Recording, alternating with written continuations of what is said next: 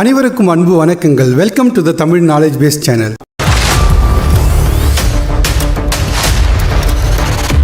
So இந்த வீடியோவில் நம்ம எதை பற்றி பார்க்க போகிறோன்னா, எம்எஸ் டோனி இல்லாத கிரிக்கெட் மேட்ச் இருக்கலாம், ஆனால் எம்எஸ் வேர்டோ ஒரு எக்ஸலோ இல்லாத ஒரு லேப்டாப்பே இல்லை அப்படின்னு சொல்லலாம். அந்த அளவுக்கு மிகவும் பயன்படுத்தக்கூடிய மிகவும் பயனுள்ளதாக இருக்கக்கூடிய அந்த எம்எஸ் வேர்டு எப்படி பயன்படுத்தணும், அதில் என்னென்ன ஃபீச்சர்ஸ்லாம் இருக்குது அப்படின்ற பற்றி தான் இந்த வீடியோவில் பார்க்க போகிறோம். இது யாருக்கு பயனுள்ளதாக இருக்கும் அப்படின்னா, ஒரு ஸ்டூடெண்ட்ஸாக இருக்கலாம், இல்லை ஒர்க் பண்ணுறவங்களா இருக்கலாம், ஒரு டிடிபி சென்டர் வச்சுருக்கலாம், இல்லை வீட்டிலேயே வந்து ப்ராஜெக்ட் ஒர்க் பண்ணுறவங்களா இருக்கலாம். இந்த மாதிரி அனைவருக்குமே மிக பயனுள்ளதாக இருக்கக்கூடிய இந்த எம்எஸ் வேர்டினுடைய ஃபீச்சர்ஸ், எம்எஸ் வேர்டில் என்னென்னலாம் ஆப்ஷன்ஸ் இருக்குது, அதை எப்படி எளிமையாக பயன்படுத்தணும் அப்படின்ற பற்றி தான் இந்த வீடியோ. ஸோ எம்எஸ் வேர்டை வந்து ஓப்பன் பண்ணணும்னா வெரி ஈஸி. நீங்கள் ஸ்டார்ட் மெனுக்கு போயிட்டு ஜஸ்ட் வேர்டு இல்லைனா எம்எஸ் வேர்டு அப்படின்னு டைப் பண்ணிங்கன்னா இந்த மாதிரி வரும். ஜஸ்ட் இதை கிளிக் பண்ணிங்கன்னா ஓப்பன் ஆகும். ஓப்பன் ஆகும்பொழுது இந்த மாதிரி டேஷ்போர்டு வரும். ஸோ நான் யூஸ் பண்ணுறது 2013. ஸோ அதனால் லேட்டஸ்ட் வெர்ஷனில் உங்களுக்கு இந்த மாதிரி டேஷ்போர்டு வரும். இதில் மோர் டெம்ப்ளேட்ஸ் எல்லாம் அவைலபிளாக இருக்கும். ஸோ இதுக்கு நீங்கள் ஓல்டர் வெர்ஷனாக யூஸ் பண்ணிங்கன்னா டேரெக்டாகவே உங்களுக்கு பிளாங்க் டாக்குமெண்ட் வந்து ஓப்பன் ஆயிரும். ஸோ ஃபர்ஸ்ட் கிளிக் பண்ணிட்டு பிளாங்க் டாக்குமெண்ட் வந்து கிளிக் பண்ணீங்கன்னா இந்த மாதிரி வந்து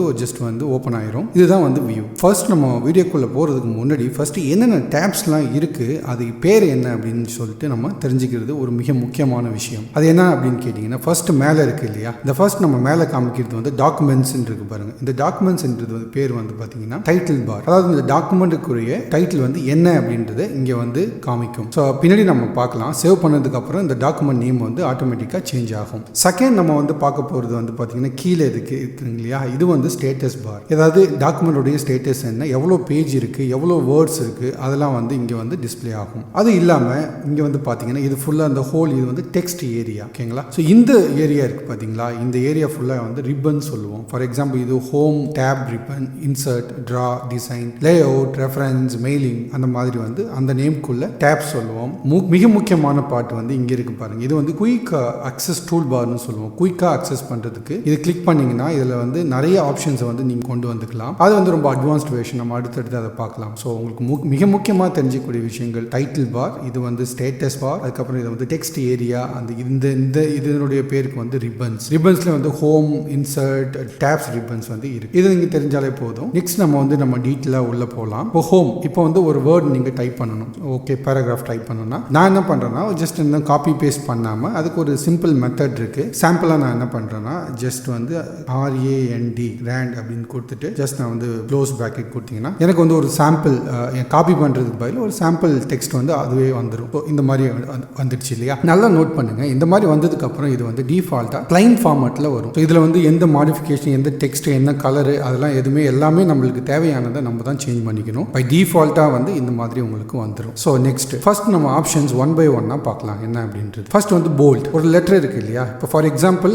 ஒரு லெட்டரை வந்து ஒரு பேராகிராஃபை வந்து நீங்கள் போல்ட் பண்ணணும் அப்படின்னா ஜஸ்ட் நீங்கள் எல்லாத்தையுமே செலக்ட் பண்ணிக்கணும். எந்த லெட்டர் எந்த வேர்டை நீங்கள் வந்து போல்ட் பண்ணணும் அப்படின்னு செலக்ட் பண்ணிக்கிட்டு ஜஸ்ட் இது கிளிக் பண்ணிங்கன்னா அந்த வேர்டு வந்து என்ன பார்த்தீங்கன்னா எல்லாமே வந்து போல்ட் ஆயிரும். பார்த்தீங்களா, இந்த மாதிரி போல்ட் ஆயிரும். இதை நீங்கள் வந்து ஜஸ்ட் போல்ட் எனக்கு தேவையில்லை அப்படின்னு சொன்னீங்கன்னா நீங்கள் வந்து கண்ட்ரோல்ஸ் அண்டோ, அப்படி இல்லைன்னா இங்கே இருக்கு பார்த்தீங்களா, இந்த ஆப்ஷன் கொடுத்தீங்கன்னா மறுபடியும் இதற்கு முந்தைய ஸ்டேட்டில் என்ன இருந்துச்சோ அதே மாதிரி பேக் டு ஒரிஜினல் ஸ்டேட் இந்த மாதிரி வந்துடும். இது வந்து போல்ட் ஆப்ஷன். செகண்ட், இதே மாதிரி லெட்டரை நீங்கள் இட்டாலிக்னா இந்த மாதிரி ஃபாண்ட் வந்து வந்துடும். அதே மாதிரி அண்டர்லைன் கொடுத்தீங்கன்னா அண்டர்லைன்ல வந்துடும். அது மட்டும் இல்லாமல் ஸ்ட்ரைக் த்ரூ இருக்கு.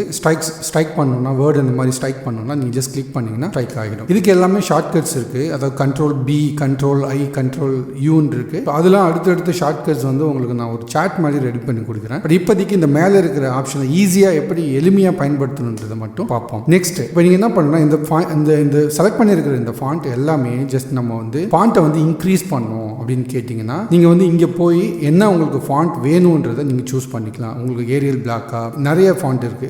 நீங்கள் என்ன ஃபாண்ட் வந்து சேஞ்ச் பண்ணணுன்றதை நீங்கள் ஜஸ்ட் இந்த மாதிரி சேஞ்ச் பண்ணிக்கலாம். சேஞ்ச் பண்ணதுக்கு அப்புறம் அதோட சைஸும் நீங்கள் சேஞ்ச் பண்ணும்போது இங்கே கிளிக் பண்ணிட்டு சைஸில் நீங்கள் எவ்வளோ சைஸ் நீங்கள் இன்க்ரீஸ் பண்ணணுன்றதை நீங்கள் போனீங்கன்னா இந்த மாதிரி ஃபாண்டோட சைஸ் வந்து இன்க்ரீஸ் ஆகும். ஃபார் எக்ஸாம்பிள் நீங்கள் வந்து 14 வச்சுக்கிறீங்கன்னா 14 ஆயிடுச்சு இல்லையா. அது மட்டும் இல்லாமல் எனக்கு இட்டாலிக்கும் வேணாம், அண்டர்லைனும் வேணாம், நார்மல் டெக்ஸ்ட்டாக இருக்கு இப்போ. சரிங்களா. ஸோ நல்லா பாருங்க, இப்போ வந்து கீழே உள்ள ஃபாண்ட்டும் மேலே மேலே உள்ள ஃபாண்ட்டும் டிஃப்ரெண்ட்டாக இருக்கும். ஏன்னா கீழே உள்ளது வந்து நம்ம எந்த சேஞ்சஸும் பண்ணல, அதாவது ஃபார்மட் எதுவும் சேஞ்சஸ் பண்ணல. மேலே உள்ளது மட்டும் அதனுடைய போல்டு, அதுக்கப்புறம் அதனுடைய ஃபாண்ட் எல்லாமே நம்ம வந்து சைஸ் எல்லாமே வந்து சேஞ்ச் பண்ணியிருக்கோம். ஓகேங்களா? ஸோ இதுக்கு வந்து இதை வந்து இன்னும் நீங்கள் இன்க்ரீஸ் பண்ணோம் அப்படின்னா ஜஸ்ட் 2 ஆப்ஷன் இருக்குது. இங்கே நீங்கள் கிளிக் பண்ணிங்கன்னா இன்க்ரீஸ் த ஃபாண்ட் சைஸ், இது வந்து டிக்ரீஸ் த ஃபாண்ட் சைஸ். இது வந்து 2 ஆப்ஷன் இருக்குது இல்லையா? அது இல்லாமல் நீங்கள் வந்து ஃபாண்ட்டை வந்து இந்த மாதிரி கேசஸ், டிஃப்ரெண்ட் ஃபாண்ட் கேசஸ் வந்து சேஞ்ச் பண்ணலாம். ஃபார் எக்ஸாம்பிள் இது எல்லாமே கேப்ஸ் ஸ்மால் கலந்து இருக்குது இல்லையா?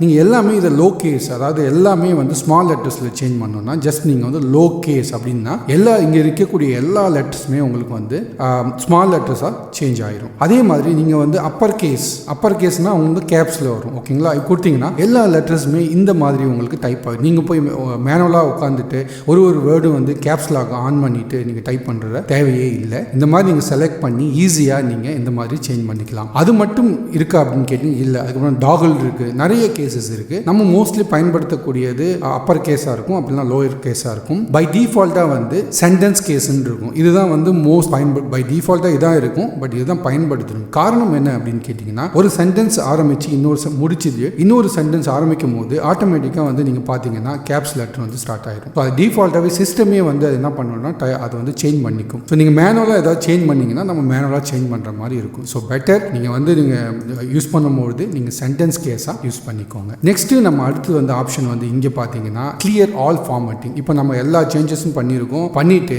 எல்லா ஃபார்மேட்டையும் நீங்கள் கிளியர் பண்ணிட்டீங்கன்னா பாருங்கள், இப்போ வந்து பழைய மாதிரி இந்த டெக்ஸ்ட் மாதிரியே எல்லா சேஞ்சஸும் போயிடுச்சு. உங்களுக்கு பழைய மாதிரி இந்த டெக்ஸ்ட் வந்துடுச்சு. ஸோ இந்த மாதிரி நீங்கள் எந்த சேஞ்சஸ் என்ன வேணாலும் பண்ணிட்டு எனக்கு எதுவுமே தேவையில்லை, எனக்கு மறுபடியும் முதல்ல இருந்த மாதிரியே வேணும் அப்படின்னா நீங்கள் செலக்ட் பண்ணிட்டு ஜஸ்ட் கிளியர் டெக்ஸ்ட் கொடுத்து யூஸ் பண்ணிக்கலாம். இன்னொரு பெனிஃபிட் என்ன அப்படின்னு கேட்டீங்க, நீங்கள் ஒரு போல்ட் பண்ணிருக்கீங்க, போல்ட் பண்ணிட்டு இந்த மாதிரி போல்டாக இருக்கு, நீங்கள் வந்து வேற ஒரு ஃபாண்ட் சைஸ் வந்து சேஞ்ச் பண்ணிக்கிட்டீங்க. ஃபார் எக்ஸாம்பிள் நீங்கள் இது சேஞ்ச் பண்ணிக்கிட்டீங்க, இந்த சைஸும் வந்து 12 சேஞ்ச் பண்ணிருக்கீங்க இல்லையா? ஸோ இது பண்ணிட்டீங்க. அதே மாதிரி நீங்கள் கீழே உள்ள அந்த லெட்டர்ஸ் எல்லாத்தையுமே நான் சேஞ்ச் பண்ணணும்ப்பா அப்படின்னு கேட்டிங்கன்னா நீங்கள் போய் மேனுவலாக போய் நீங்கள் சேஞ்ச் பண்ண தேவையே இல்லை. அதுக்கு ஒரு சூப்பரான ஒரு ஷார்ட்கட் இருக்குது. அது என்ன ஷார்ட்கட் அப்படின்னு கேட்டிங்கன்னா ஃபார்மட் பெயிண்டர். அதுக்கு என்ன பண்ணணும் அப்படின்னு கேட்டிங்கன்னா இது ஜஸ்ட் நீங்கள் வந்து இது செலக்ட் பண்ணிட்டு நீங்கள் ஃபார்மட் பெயிண்டர் அப்படின்னா எந்தெந்த ஃபார்மட்டில் நம்ம என்னெல்லாம் பண்ணியிருக்கோமோ அது எல்லாமே அந்த ஃபார்மட் எல்லாத்தையும் என்ன பண்ணிக்கணும், காப்பி பண்ணி வச்சுக்கோங்க இல்லையா?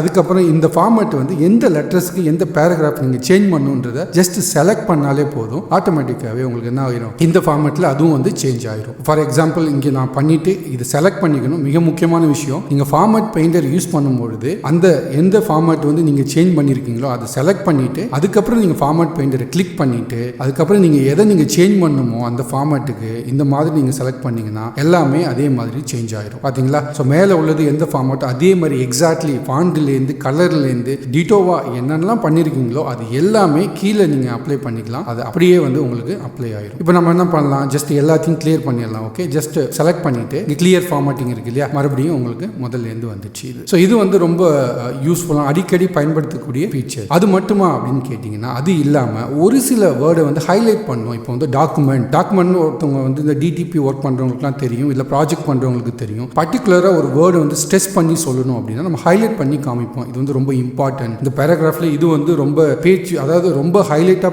பண்ணக்கூடிய ஒரு வேர்டாக இருக்கலாம், இல்லை ஒரு லைனாக இருக்கலாம், இல்லை ஒரு பேராகிராஃபாக இருக்கலாம், எதுவாக வேணாலும் இருக்கலாம். அதை நீங்கள் பண்ணணும்னா ஜஸ்ட் கிளிக் பண்ணிட்டு ஃபார் எக்ஸாம்பிள் இந்த டாக்குமெண்ட்ன்றதை நான் வந்து செலக்ட் பண்ணியிருக்கேன். டாக்குமெண்ட்ன்ற வேர்டை நீங்கள் ஜஸ்ட் இங்கே இருக்குது பார்த்தீங்களா, இதுக்கு பேர் தான் வந்து டெக்ஸ்ட் ஹைலைட்டட் கலர். ஸோ இது நீங்கள் கிளிக் பண்ணிங்கன்னா டிஃப்ரெண்ட் கலர்ஸ் வரும். உங்களுக்கு எல்லோ கலரில் ஹைலைட் பண்ணலாம், green, bright green, dark green, blue, white, அந்த மாதிரி நிறைய கலர்ஸ் இருக்குது. நீங்கள் ஜஸ்ட் எல்லோ கிளிக் பண்ணிங்கன்னா இந்த மாதிரி உங்களுக்கு இந்த வேர்டு வந்து ஹைலைட் ஆகிடும். ஸோ பார்க்குறவங்களுக்கு ஈஸியாக இது ஏதோ முக்கியமான வேர்டுன்றதை நோட்டீஸ் பண்ணி அதை வந்து படிப்பாங்க. ஸோ இது உங்களுக்கு தேவையில்லை அப்படின்னா ஜஸ்ட் கிளிக் பண்ணிவிட்டு நோ கலர் கொடுத்தீங்கன்னா நார்மல் இதாயிரும். அப்படி இல்லைன்னா நீங்கள் இப்படி இருக்கும்போதே கிளியர் ஃபார்மேட் கொடுத்தீங்கன்னா back to the original state. Next வந்து நம்ம வந்து ஃபாண்டோடைய கலர் எப்படி வந்து சேஞ்ச் பண்ணுறதுன்னு பார்ப்போம். டிஃபால்ட்டாக உங்களுக்கு வந்து பிளாக் கலரில் இருக்கும். இந்த மாதிரி பேக்ரவுண்டு பிளாக்ல இருந்துச்சுன்னா ஒயிட் கலரில் வரும், கான்ட்ராஸ்டாக இருக்கும் இல்லையா? ஸோ இதில் வந்து கலர் சேஞ்ச் பண்ணோம் அப்படின்னா ஜஸ்ட் அந்த வேர்டை அந்த லைனோ நீங்கள் வந்து செலக்ட் பண்ணிட்டு இங்கே இருக்கு பாருங்க, இது வந்து பார்த்தீங்கன்னா ஃபாண்ட் கலர். இது ஜஸ்ட் கிளிக் பண்ணி இந்த ஆப்ஷனில் பார்த்தீங்கன்னா இந்த ஃபாண்ட் வந்து என்னென்ன கலரில் நீங்கள் சேஞ்ச் பண்ணணும் அப்படின்றது டிஃப்ரெண்ட் கலர்ஸ் வந்து வரும் இல்லையா? ஸோ இதில் நீங்கள் வந்து ஜஸ்ட் ப்ளூ கலரில் சேஞ்ச் பண்ணணும், ப்ளூ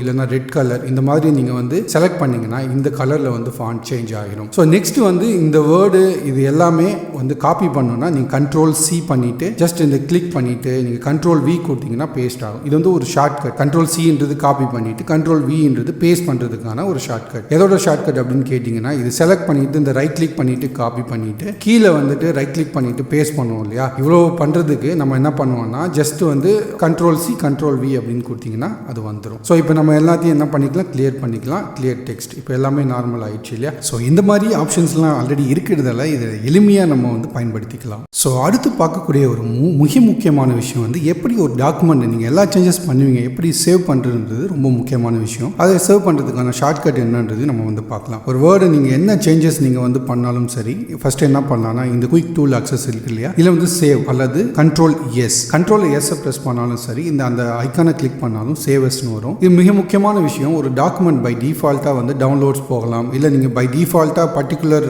ஃபோல்டரில் வந்து சேவ் பண்ணோம் அப்படின்னா கூட நீங்கள் சேவ் பண்ணிக்கலாம். இப்போ நம்ம எங்கே சேவ் பண்ண போகிறோம்னா ஸ்பெசிஃபிக்காக ஒரு ஃபோல்டரை கிரியேட் பண்ணி அதுக்குள்ளே வந்து நம்ம சேவ் பண்ணுவோம். இப்போ நீங்கள் ஜஸ்ட் டவுன்லோட்ஸ்குள்ளே போகலாம், இல்லை வந்து இது டாக்குமெண்ட்ஸ்குள்ளே போகலாம், எங்கே வேணாலும் நீங்கள் வந்து சேவ் பண்ணிக்கலாம். நான் ஒரு டாக்குமெண்ட்ஸ்குள்ளே போயிட்டு அது ஒரு செப்பரேட் ஃபோல்டராக நம்ம வந்து கிரியேட் பண்ணுறோம். இப்போ அதுக்கு பேர் வந்து பார்த்தீங்கன்னா DOC டாக்னு வச்சுட்டு அதுக்கப்புறம் இப்போ நல்லா நோட் பண்ணுங்கள், ஃபைல் நேம் வந்து நம்ம எதுவுமே கொடுக்கல. ஆனால் டிஃபால்ட்டாக அந்த வேர்டு எதில் வந்து அந்த பேராகிராஃப் ஸ்டார்ட் ஆகுதோ அதனுடைய வேர்டை வந்து பிக் பண்ணிக்கும். அதுக்கு நம்ம என்ன பண்ணோம் அப்படின்னு கேட்டிங்கன்னா ஜஸ்ட் இதை கிளிக் பண்ணிவிட்டு ஜஸ்ட் டெலீட் பண்ணிவிட்டு நம்மளுக்கு என்ன நேமோ, ஃபார் எக்ஸாம்பிள் ப்ராஜெக்ட்னா ஜஸ்ட் ப்ராஜெக்ட் 1 அப்படின்னு போட்டுட்டு கீழே சேவ் அஸ் டைப். ஸோ இதில் வந்து பார்த்தீங்கன்னா இந்த வேர்டை வந்து நீங்கள் PDF-ஆக சேவ் பண்ணுமா, SPS-ஆக சேவ் பண்ணுமா, அந்த மாதிரி டிஃப்ரெண்ட் வந்து டைப்ஸ் இருக்குது. உங்களுக்கு என்ன டைப் வேணுமோ அதை நீங்கள் ஜஸ்ட் வந்து செலக்ட் பண்ணி சேவ் பண்ணிக்கலாம். பட் பை டிஃபால்ட்டாக வந்து வேர்ட் டாக்குமெண்ட்ன்றதை சேவ் பண்ணுறேன் நான். ஸோ வேர்ட் டாக்குமெண்ட் கொடுத்துட்டு ஜஸ்ட் நீங்கள் சேவ் பண்ணிங்கன்னா அந்த டாக்குமெண்ட் வந்து சேவ் ஆயிரும். நல்லா ஞாபகம் இருக்கும் நினைக்கிறேன் உங்களுக்கு. ஃபர்ஸ்ட் நம்ம கிரியேட் பண்ணும்போது டாக்குமெண்ட் 1 அப்படின்னு இருந்துச்சு. இப்போ வந்து பார்த்தீங்கன்னா ப்ராஜெக்ட் 1ன்னு சேஞ்ச் ஆகிடுச்சு பாருங்க. இதுதான் வந்து இந்த ஃபைலில் நம்ம சேவ் பண்ணியிருக்கிற இந்த ஃபைலோடைய நேம் வந்து மேலே வந்து இந்த ஸ்டேட்டஸில் வருது இல்லையா. இதில் வந்து டைட்டில், இது அதுக்கு பேர் தான் வந்து டைட்டில். இந்த டாக்குமெண்டோடைய டைட்டில் என்னன்றது மேலே வரும். ஸோ இப்போ நம்ம சேவ் பண்ணியாச்சு இல்லையா. அதுக்கப்புறம் ஒரு சின்ன சேஞ்சஸ் பண்ணிவிட்டு எந்த சேஞ்சஸ் பண்ணாலும் சரி இதில் போய் நீங்கள் ஜஸ்ட்டு இது இன்னொரு டெக்ஸ்ட் ஆப்ஷன் இருக்குது, அதை நம்ம பண்ணிவிட்டு சேவ் பண்ணுவோம். இப்போ இங்கே வந்துட்டு இங்கே பார்த்தீங்கன்னா இது என்ன கேட்டிங்கன்னா டெக்ஸ்ட் எஃபெக்ட்ஸ் அப்படின்னு சொல்லுவோம். Text effects and typography. So இதில் வந்து என்னன்னா ஜஸ்ட் கிளிக் பண்ணிங்கன்னா ஆல்ரெடி அவங்க வந்து ஒரு சர்டன் ஃபார்மேட்டில் பண்ணி வச்சுருப்பாங்க. எப்படின்னா ஜஸ்ட் வந்து ஒரு அண்டர்லைன் பண்ணி, அதாவது ஷேடோ பண்ணி, அப்புறம் கலர்ஸ் சேஞ்ச் பண்ணி, இந்த மாதிரி டிஃபால்ட்டாக அவங்க வந்து ஒரு ஆப்ஷன்ஸ் கொடுத்துருப்பாங்க. அந்த ஆப்ஷன்ஸ் உங்களுக்கு வேணும்னா எது வேணுமோ அதை நீங்கள் ஜஸ்ட் செலக்ட் பண்ணிங்கன்னா அதுக்கு தகுந்த மாதிரி உங்களுக்கு அது எல்லாமே வந்து சேஞ்ச் ஆயிரும். ஸோ இது உங்களுக்கு பர்டிகுலர் இன்னும் நீங்கள் கஸ்டமைஸ் பண்ணணும்னா ஜஸ்ட் அவுட்லைன் எனக்கு வேறு கலர் வேணும்னா நீங்கள் இந்த மாதிரி நிறைய ஆப்ஷன்ஸ் இருக்குது. இதில் போய் நீங்கள் வந்து உங்களுக்கு என்ன தேவைன்றதை நீங்கள் சேஞ்ச் பண்ணிக்கலாம். இது வந்து ரொம்ப அட்வான்ஸ் லெவலில் இருக்குது. ஸோ அதனால் இப்போ நம்ம இதை பார்க்க வேணாம். இப்படி பண்ணிட்டோம் இல்லையா, இப்படி அதை யூஸ் பண்ணி டெக்ஸ்ட்டை வந்து ஒரு எஃபெக்ட்ஸ் ஆட் பண்ணியிருக்கோம். இதில் வந்து நம்ம என்ன பண்ணுறோம், சேவ் பண்ணோம் அப்படின்னா நீங்கள் போய் இதை வந்து ஜஸ்ட் கிளிக் பண்ணிங்கன்னா சேவ் ஆயிரும். ஃபர்ஸ்ட் டைம் மட்டும்தான் நம்ம என்ன பண்ணோம்னா ஒரு டாக்குமெண்ட்டை சேவ் பண்ணும்பொழுது கேட்கும் ஃபைலு என்னன்னு. நம்ம ஒன்ஸ் ஃபைலை சேவ் பண்ணிட்டோம்னா நெக்ஸ்ட் நீங்கள் வந்து என்ன பண்ணலாம், Ctrl+S வந்து நீங்கள் ஜஸ்ட் கொடுத்தாலே போதும். இல்லைனா இந்த பட்டன் கிளிக் பண்ணிங்கன்னா இது வந்து சேவ் பட்டன். பெட்டர் வந்து நீங்கள் Ctrl+S வந்து எவ்வளோ என்னெல்லாம் சேஞ்சஸ் பண்ணாலும் உடனுக்குடன் வந்து நீங்கள் Ctrl+S ப்ரெஸ் பண்ணுறது நல்லது. இன்கேஸ் வந்து ஷட் டவுன் ஆயிடுச்சோ இல்லை வந்து பவர் ஷட் டவுனோ எந்த ஒரு காரணமாகவோ நீங்கள் பண்ணி வச்சிருக்கக்கூடிய சேஞ்சஸ் எல்லாமே நீங்கள் கண்ட்ரோல் சேவ் பண்ணால் மட்டும்தான் சேவ் ஆகும், இல்லைனா அது சேவ் ஆகாது. சரிங்களா. ஸோ இது வந்து சேவ் பண்ணுறது எப்படின்றது ஒரு மிக முக்கியமான விஷயம். ஒரு டாக்குமெண்ட் எல்லாத்தையும் டைப் பண்ணி நீங்கள் Ctrl+S பண்ணி சேவ் பண்ணிவிட்டு அப்படின்னா இந்த ஐக்கானுக்கு வச்சு கிளிக் பண்ணிவிட்டு நீங்கள் சேவ் பண்ணிக்கலாம். ஸோ MS Wordல இருக்கக்கூடிய ஹோம் ஃபீச்சரில் என்னென்ன ரிப்பன்ஸ், ஹோம் ரிப்பனில் என்னென்ன ஆப்ஷன் இருக்குதுன்றதை பார்த்தோம். அடுத்தடுத்து நம்ம எப்படி வந்து இன்சர்ட் பண்ணுறது, அதாவது ஒரு டேபிள் எப்படி இன்சர்ட் பண்ணுறது, அப்புறம் ஒரு பிக்சரை எப்படி வந்து ட்ரா பண்ணுறது, MS Wordக்குள்ளே வந்து நம்ம எப்படி லே அவுட் கிரியேட் பண்ணுறது, வாட்டர் மார்க் எப்படி பண்ணுறது அப்படின்றது அடுத்தடுத்த வீடியோக்களை நம்ம பார்ப்போம். Please stay tune. இந்த வீடியோ உங்களுக்கு ஒரு மிக பயனுள்ளதாக இருக்கும் நம்புகிறேன். இந்த வீடியோ பிடிச்சிருந்ததுன்னா மறக்காமல் உங்களுடைய நண்பர்களுக்கு இது யாருக்கு உதவியாக இருக்குமோ அவங்களுக்கு கொண்டு போய் சேருங்க. நன்றி, வணக்கம்.